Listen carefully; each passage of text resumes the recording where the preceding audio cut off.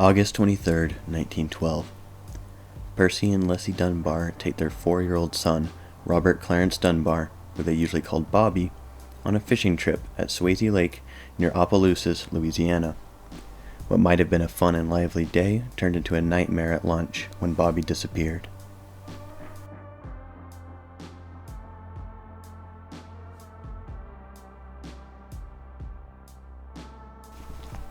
The Dunbars, a very wealthy family, started a nationwide search for their son immediately.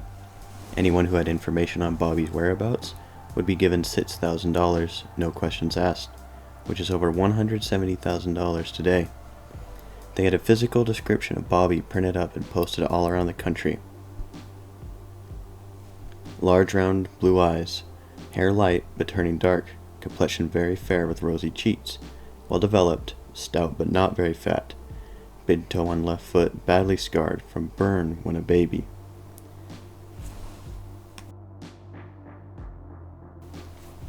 Finally, 8 months after the investigation began, a boy matching Bobby's description had been found in Mississippi. The Dunbar's nightmare was over. Bobby was safe.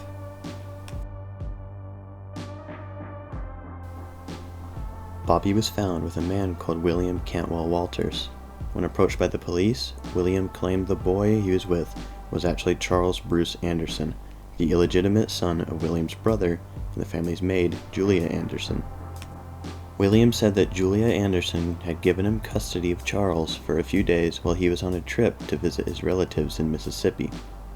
Nevertheless, Walters was arrested for the kidnapping of Bobby Dunbar, which at the time was punishable by death in Louisiana. Walters was taken to Opelousas for his trial, and the Dunbars went to Mississippi to identify the boy that was found. The nightmare, unfortunately, continued.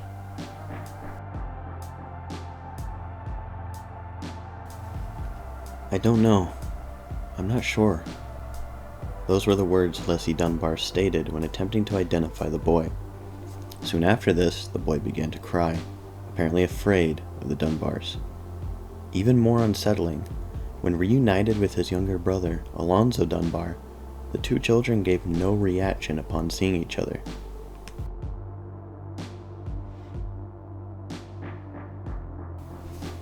The next day, when bathing the boy, Leslie claimed that the boy was most certainly Bobby after recognizing his moles and scars. However, this claim doesn't seem to hold any ground when you consider that she ignored the missing burn on his foot. Upon her claim, the Dunbars took the boy back to Opelousas on April 25, 1913. A parade, a party, and brass bands were formed on the courthouse square to celebrate Bobby's return.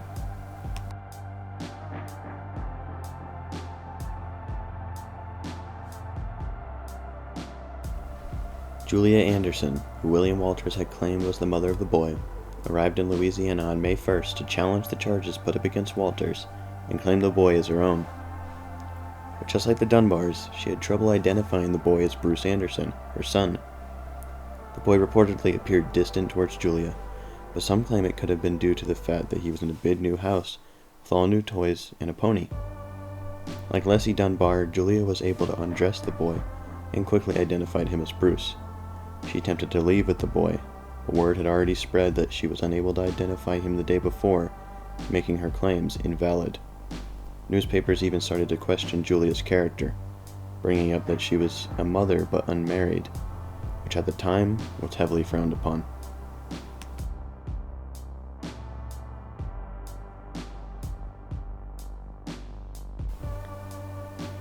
Julia was unable to pay for a lawyer to get the boy back, so she returned to North Carolina.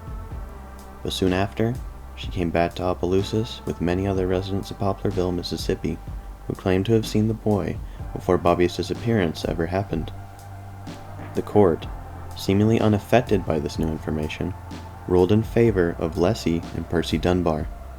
The boy that had been found in Mississippi was deemed Robert Clarence Dunbar. Julia returned to North Carolina, married, and raised a family. According to her family, she mentioned Bruce often and called the Dunbars the shameless kidnappers of her son. She never saw the boy again.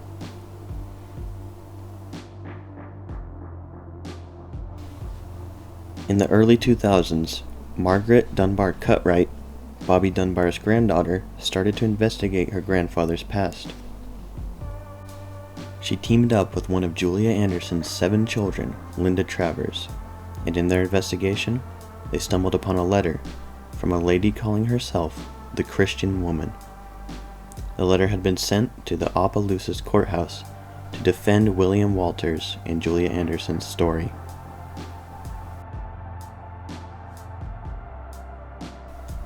Dear Sir, in view of human justice to Julia Anderson and mothers, I am prompted to write to you. I sincerely believe the Dunbars have Bruce Anderson and not their boy. If this is their child, why are they afraid for anyone to see or interview him privately? I would see nothing to fear, and this seems strange.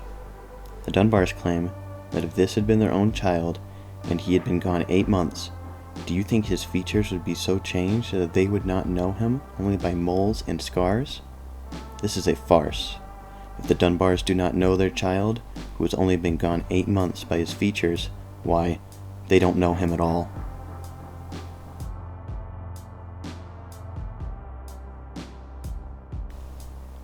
The letter convinced Margaret that her grandfather was most likely Bruce Anderson, the son of Julia Anderson. In 2003, Margaret sent a DNA sample from her father, Bob Dunbar Jr., where it was tested against a sample from Alonzo Dunbar, Bobby's brother. The samples did not match, proving conclusively that the boy found in Mississippi was not Bobby Dunbar.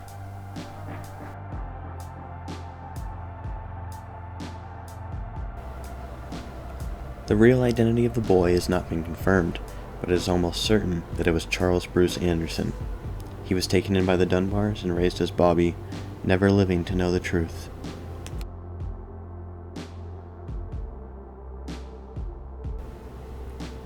So what happened to the real Bobby? Margaret theorized that the real Bobby Dunbar drowned in Swayze Lake, where his remains could have been eaten by alligators. There is no evidence to support this. Journalists brought up the idea that the Dunbars could have been responsible for their son's disappearance and used the boy in Mississippi as an opportunity to cover the crime, but this also has no evidence to support it.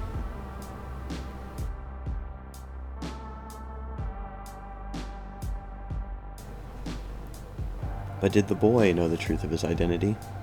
He was only 4 when the event started, so he may have forgotten anything before that, believing the Dunbars to be his real parents. His reunion with Julia in Louisiana also seemed strange. Why did the boy act so distant towards her? Why didn't Julia recognize the boy when she first saw him? Was he really Bruce Anderson? Or was he just another lost boy?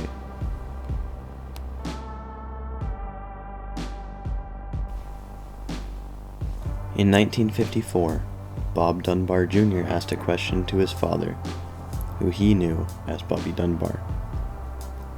He asked him how he knew he was really Bobby and not anyone else, and to this his father simply replied, "I know who I am, and I know who you are, and nothing else makes a difference."